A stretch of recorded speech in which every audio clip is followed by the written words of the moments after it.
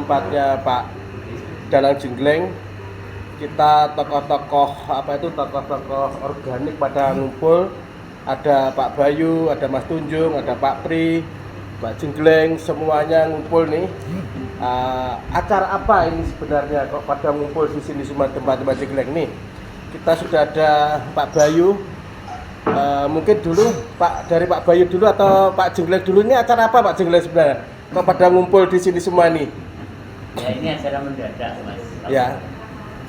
Acara mendadak untuk panen mau medil ya, medil padi. Coba kita kembali ke masa lalu lagi, sudah berapa puluh tahun sudah tidak ada yang namanya medil.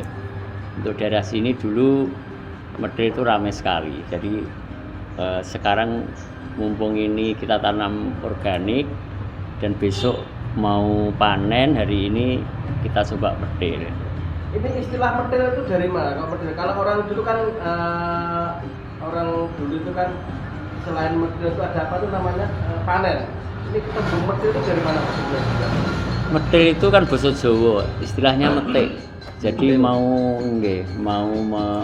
mengambil buah pertama kali hari ini ya gitu.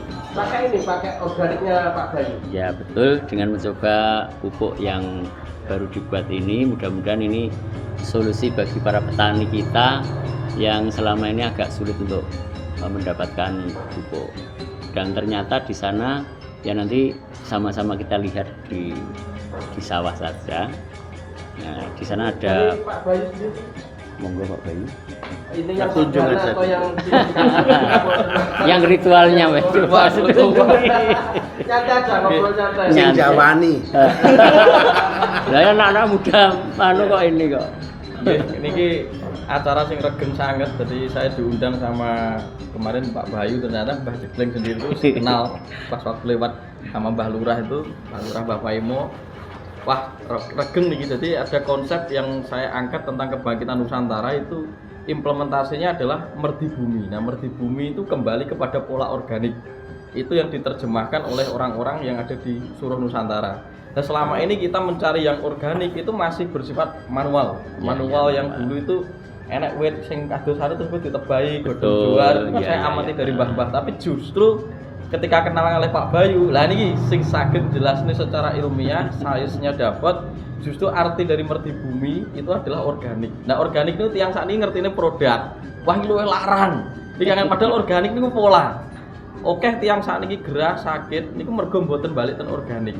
Lah saiki kula lanjang jenengan iki mangane saka sedulur papat 5 pancer. Nah, pratiwi atau lemah niki jane sing nguripi mergo sarwa tetukulan sing didahar. Lah nek tetukulane saiki isine bahan sintetis, lah niki lak awake dadi kanker dalam jangka panjang.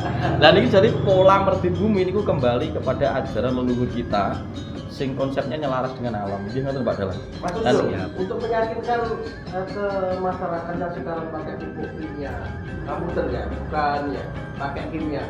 Ini bagaimana menurut Mas Tunjung secara ilmiah, secara tadi memanfaatkan yang benar itu?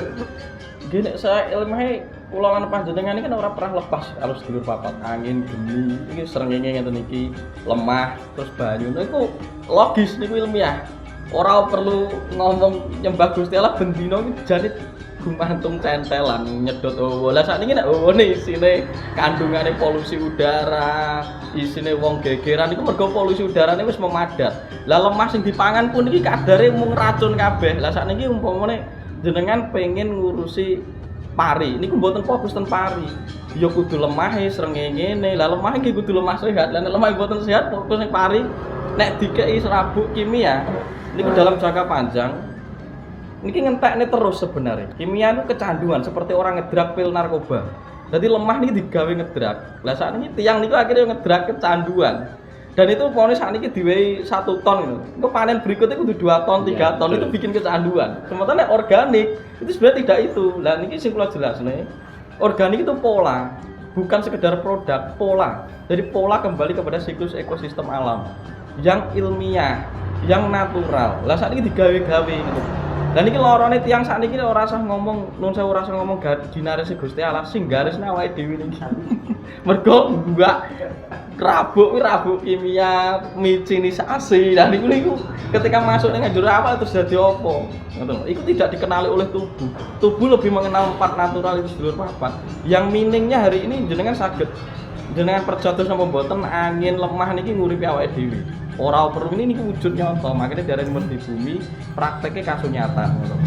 Dan ini disonggo bareng-bareng, termasuk Pak Bayu, Pak Dalang Jembleng, Pak Prilan sak pinunggale niki balik ke pola organik niki merdi bumi. Niki artinya merdi bumi.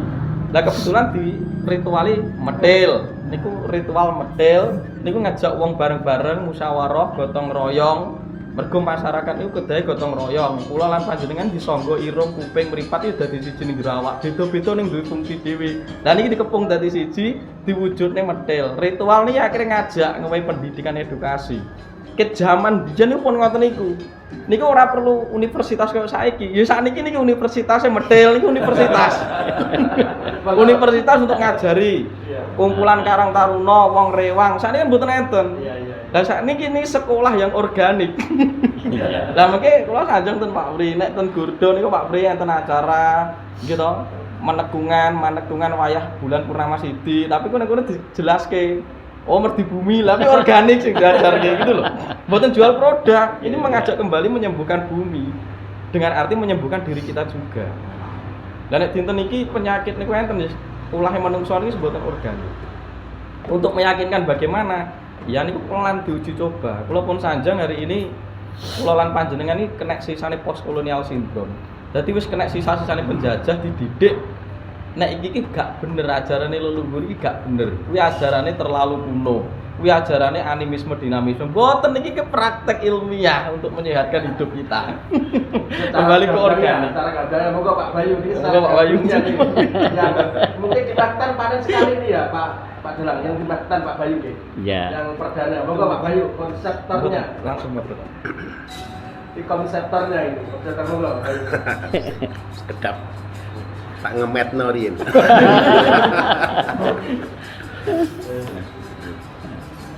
Hari-hari ini dunia ini sedang sibuk dengan program-program luar biasa. Yang kalau kita nyebutnya itu adalah program-program yang menghabiskan banyak uang, anggaran. Jadi kalau sebelumnya dulu tentang pemanasan global. Jadi pemanasan global dunia itu menjadi satu program dunia yang harus disiasati oleh semua negara, terutama negara-negara yang punya jalur khatulistiwa. Indonesia ini salah satunya adalah negara di bawah garis khatulistiwa.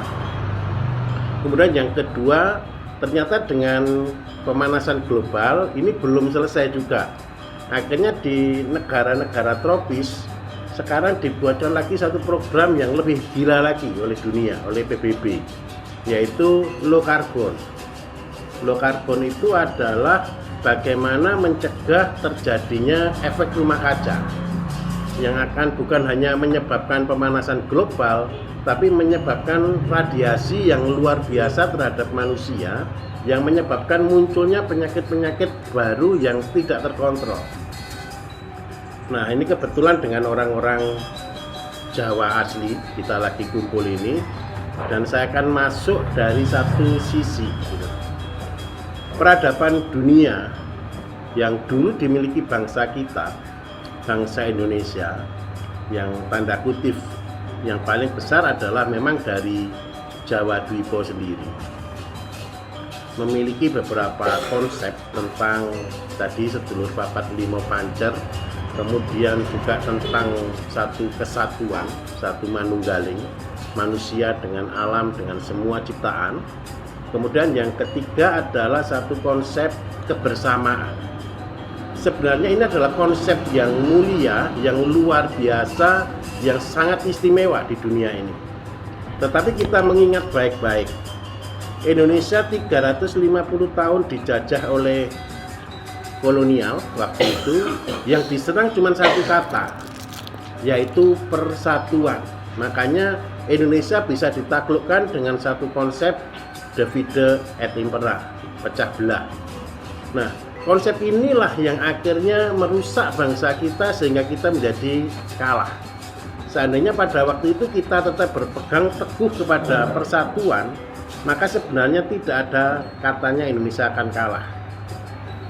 Tetapi ini adalah satu, kalau orang Jawa itu bilang ini hukum karmanya terjadi. Itu kejadian di sekitar 350 ditambah dengan 70 tahun lebih sedikit. Berarti kalau kita hitung itu di angka 520 tahun yang lalu, mereka mencoba menghancurkan Indonesia dengan cara neokapitalis, dengan cara pemecah belah, dengan cara adu domba. Dan sekarang inilah negara-negara barat, negara-negara Eropa, negara-negara yang pernah menjajah kita, mereka sekarang merasakan karmanya. Apakah karma terbesar dari perbuatan mereka pada waktu itu? Indonesia seandainya tidak mau menyelamatkan dunia, bukan hanya Indonesia menyelamatkan bumi. Indonesia ini penyelamatannya adalah penyelamatan dunia. Karena kita harus menyadari, saudara-saudara, kejadian-kejadian di Indonesia itu mempengaruhi dunia. Ada 3 gunung yang betul-betul sudah mengubah nasib seluruh dunia. Yang pertama, ada Danau Toba. Yang kedua, Gunung Tangkuban, Gunung Krakatau. Kemudian yang ketiga adalah Gunung Rinjani. Gunung Rinjani meletusnya di Lombok, membunuh jutaan orang Eropa karena selama 1 tahun matahari tidak terbit di Eropa. Kemudian yang kedua, ketika kejadian di Toba, di Danau Toba, itu separuh dunia terdampak. Meletusnya Gunung Krakatau di antara di Selat Sunda membuat separuh dunia lagi terdampak. Nah, sekarang ini kita masuk di masa-masa ini juga, di mana pentingnya satu kata kembali ke awal. Nah, Indonesia punya kearifan lokal yang luar biasa, dan ini akan menjadi kebanggaan yang luar biasa kalau kita semua menyadari, kita semua mengimani, meyakini bahwa manusia diciptakan dari tanah. Manusia diciptakan dari unsur tanah, yang sebenarnya tanah itu bumi. Sebenarnya bumi itu bukan bicara cuma tanah biasa.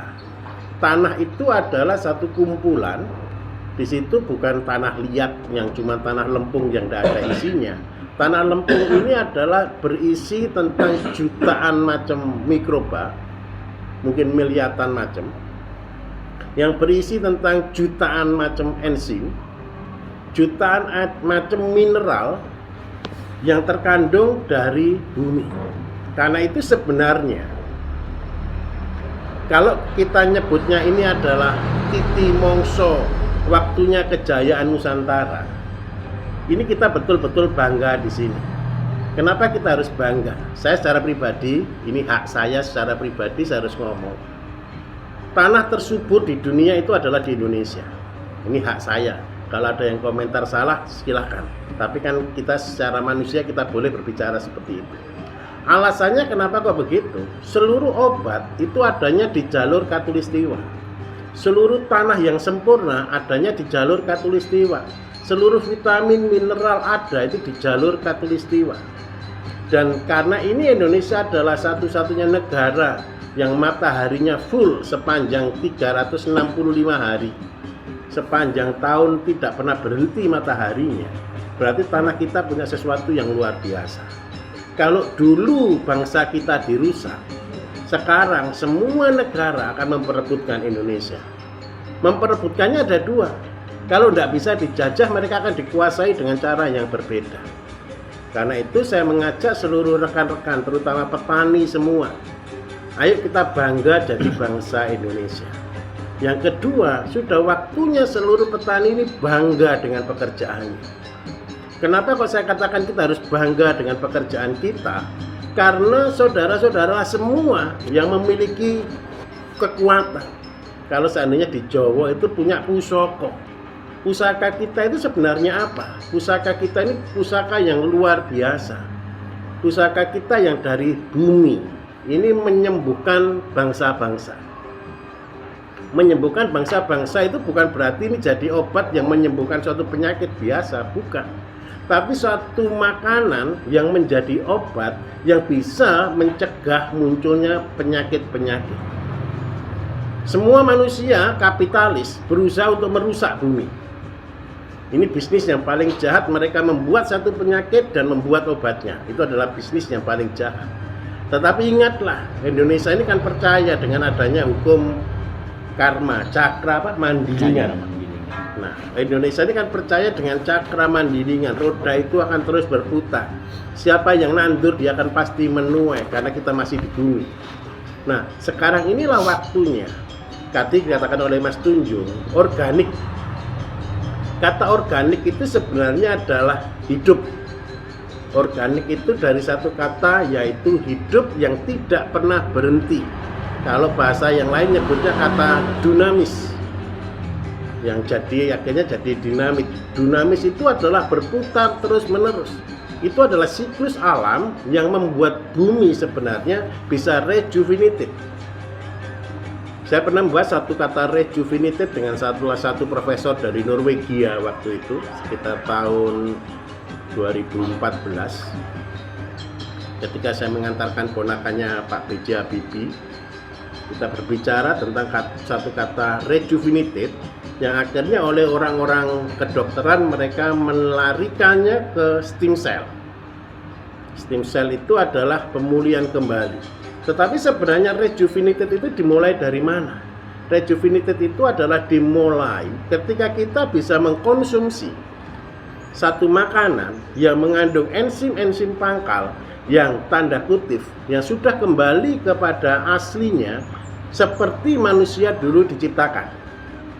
Jadi ketika kita bisa mengkonsumsi, saya ulangi ya, ketika kita bisa mengkonsumsi satu makanan yang berisi enzim pangkal yang sesuai dengan karakter manusia seperti awal dia diciptakan, sebenarnya itu adalah di mana masa tidak ada penyakit. Penyakit apapun lewat, penyakit apapun sembuh, penyakit apapun tidak akan bisa menyerang kita. Dan itu hanya dimiliki di Indonesia. Kapan kita bisa mendapatkan hal itu?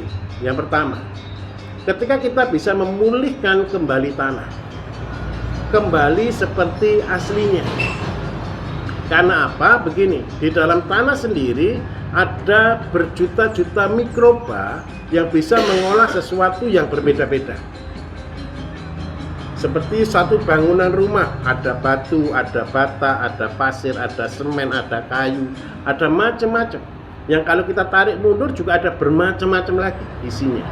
Dan itu semua bisa diproduksi di dalam tanah dengan cara apa? Dengan cara pemulihan kembali. Tugas kita apa sebagai manusia sebenarnya? Tugas kita sebenarnya sebagai manusia adalah memberi makan mikroba-mikroba tadi sesuai dengan jenisnya, sesuai dengan kebutuhannya, dan sesuai dengan kultur hidupnya. Karena itu kita sudah memulai, Mas Tunjung, sebenarnya dengan satu konsep. Kenapa sih kita membuat produksi pupuk kompos? Ini bukan di satu kota satu atau satu daerah satu, bukan. Tapi tiap-tiap desa ada satu. Karena apa? Konturnya berbeda, isinya berbeda, zatnya berbeda.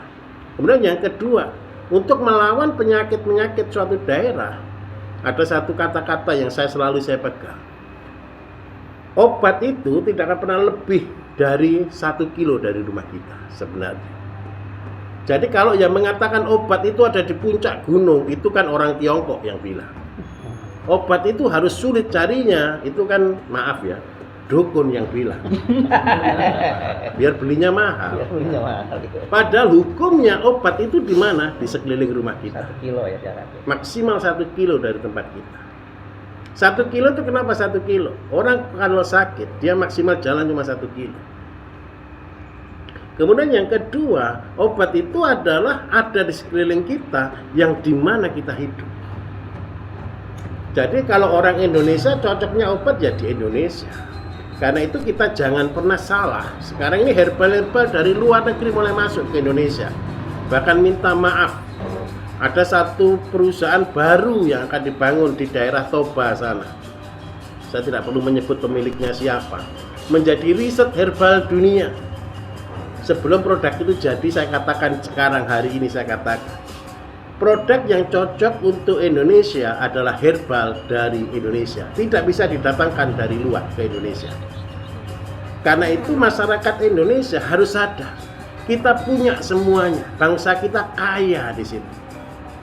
Tidak ada obat apapun, herbal apapun. Saya seorang herbalis, saya sudah puluhan tahun di herbal, dan saya melihat satu keajaiban kesembuhan itu bukan karena hebatnya obat, tetapi satu proses organik tadi. Ketika satu organik kita konsumsi secara terus-menerus, maka tubuh akan melakukan rejuvenatif, maka menjadi pemulihan kembali. Kita tidak menjadi cepat tua, tapi kita menjadi awet muda.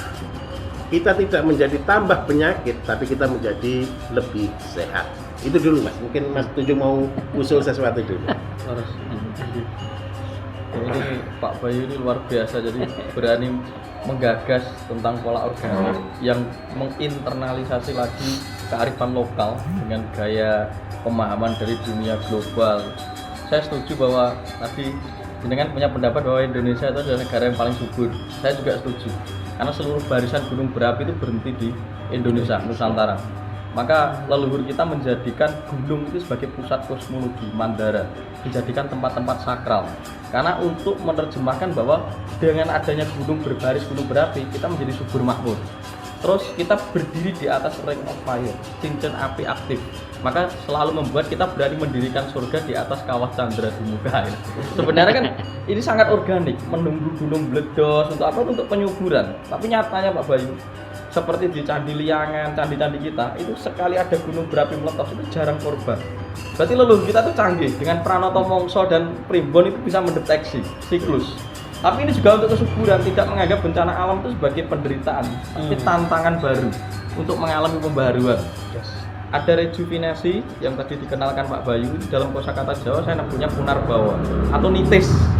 Ini kembali kepada pola awal, dan saya setuju bahwa kita tidak bisa diberikan obat yang tidak lahir dari tanah kita sendiri. Karena bagaimanapun juga DNA kita, tanah yang kita pakai, terah yang kita pakai itu sudah memakan dari Canggah, Gantung Siwur, itu sudah memakan dari tanah yang ada di sini. Nah kalau kita naiknya makannya dari luar negeri, pola yang bukan dari tanah ini, minimal 30 km dari mana kita tinggal, itu eksploitasi dan penyakit. Karena tubuh kita itu memiliki kecerdasan untuk mengenali alamnya.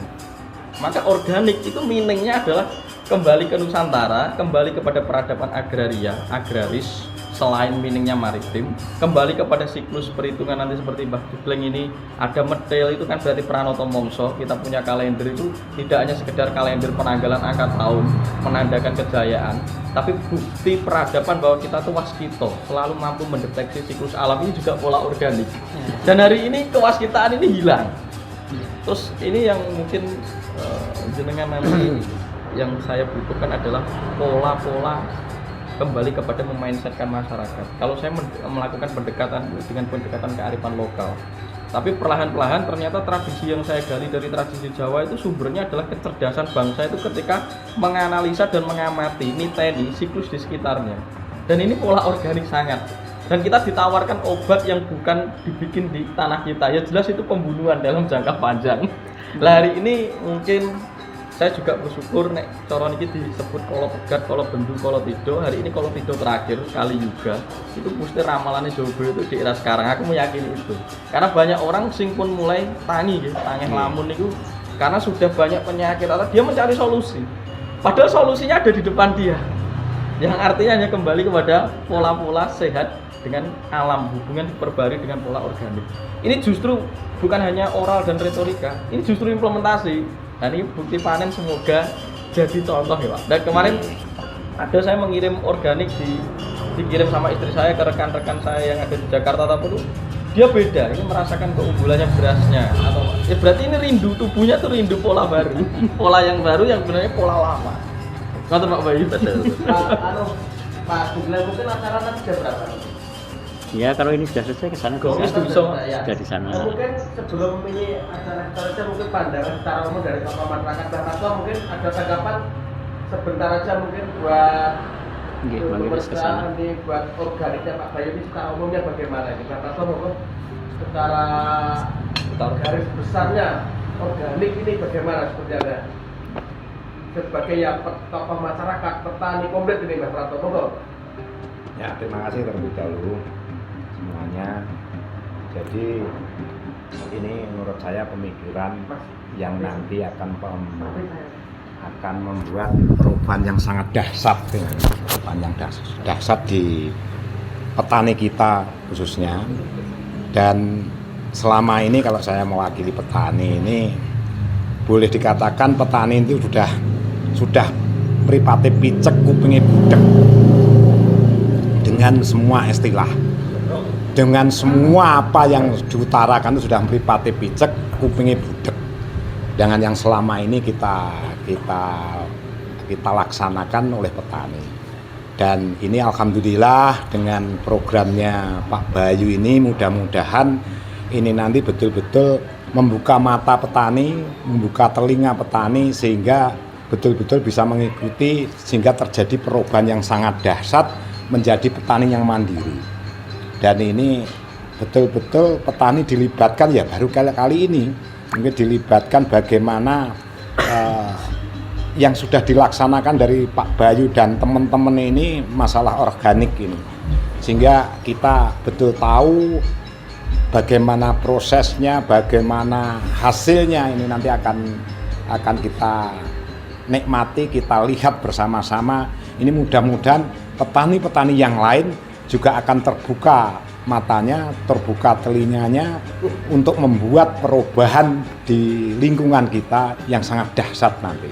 Ini yang saya harapkan seperti itu, dan insya Allah kita yang ada di sini ini siap untuk mengawali agar betul-betul petani di lingkungan kita masing-masing itu bisa mencontoh, bisa mengikuti perubahan-perubahan yang akan kita laksanakan ini. Terima kasih istilahnya Pak Bayu dan teman-teman yang sudah memberi bimbingan, pelatihan, dan hasil yang nyata dari program organik yang digagas oleh Pak Bayu dan juga disayangkan, juga diilmukan, itu yang saya sangat terima kasih itu. Dan mudah-mudahan para petani milenial generasi Z ini juga bisa mengikuti, tidak malu menjadi petani. Terima kasih.